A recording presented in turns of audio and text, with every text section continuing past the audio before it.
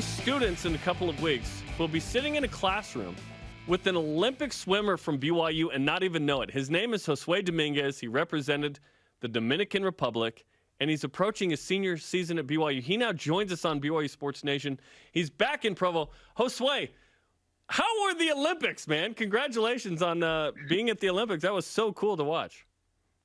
Yeah, thank you so much. The Olympics were amazing. It was, I can say, an experience that I was expecting to have, with some difficulties, but walking to the swimming block, the starting blocks, and it was in that biggest stage. It was the best, one of the best experiences I've ever had. Speaking of the best experiences, I'm sure you have a lot of them and probably still processing the entire experience, but what's something that really stands out to you? What are you taking away from the Olympics for you personally? Personally, in terms of, my coach, Sherry, told me to keep a journal of everything that was going on. I started to record everything that has happened, like since the week before I left to Japan until today. That helped me understand a lot of things, but I took 4 things that I learned from the experience. And the first one is that the Lord has his plans for us, and he's gonna let us know, and he's gonna take us to that plan, because he wants us to learn things, but he wants to protect us from the things of the world. So his plan is the best one to follow, and he's gonna move things that we can be having the best experience we have here on Earth. And the second thing is that when we are going through challenges is when we are more capable of changing our behavior, our person, and become better. And the third thing is that there is a way prepared. And the fourth thing is that there is a price to pay for everything. And that means if I want to be a better swimmer, I have to pay a higher price than what I have paid until now. So well that's the 4 things. Yeah, that's the 4 things that I take from these Olympics. Did you take anything physically? Like the cap, the goggles, anything from Tokyo? Yes. I could get I received a bunch of things.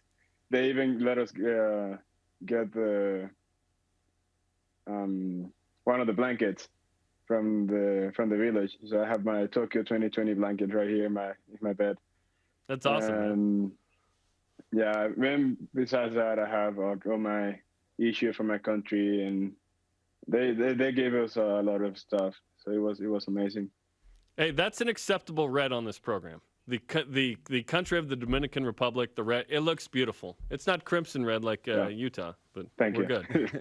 All right, so you said you got to bring a lot of stuff back. Would they allow you to bring back the cardboard bed? Because the beds have gotten a lot. Get in your suitcases. Well, look, it's paper, right? I mean, for crying out loud. Now, it's just the base that was made out of cardboard. You obviously had a mattress on it, but what was the bed like? Was it actually comfortable? Yes, it was very comfortable. I slept very well every single night that I was there. And it was just sometimes when you kind of like sit on the bed and lay back on the backside, you felt this weird material. But it was okay. Sometimes you will like kind of like lay on it a little bit, and there were some parts that will bend a little bit, and I was like, oh, right, it's cardboard. So stuff like that happened. That's awesome, man. So you participated in the 100-meter and 200-meter breaststroke. How did you feel like you performed personally? Because just being at the Olympics is incredible. Congratulations. And then as a competitor, like you were talking about, you want to perform well. So how did you feel like you performed? I'm happy with my performance. I couldn't make my best times over there. I had to be in quarantine for a couple of days, and also I wasn't able to swim for a couple of days too. So that threw off my shape a little bit. But besides all that, I performed the best I could in that circumstance. So I'm very happy with it. And I was talking to one of my friends about it, and I was like, one of the things that pushed me through my races was thinking that I wasn't there alone. There were so many people behind me that were supporting me, people watching on TV, people there on the stands. And the best thing I could do was doing my best in the pool. So that's what I did. So you mentioned you had to quarantine. How many days did you have to quarantine? And was that just, I imagine, straight away once you got there? No. So I got there on Tuesday afternoon. So we practiced on Wednesday, from Wednesday to Saturday. And Saturday night, it was when one of the coaches told me that I had to leave the pool immediately. And there's someone that was close to me in my flight tested positive for COVID, and that me and some other swimmers had to go back to the hotel and start quarantine.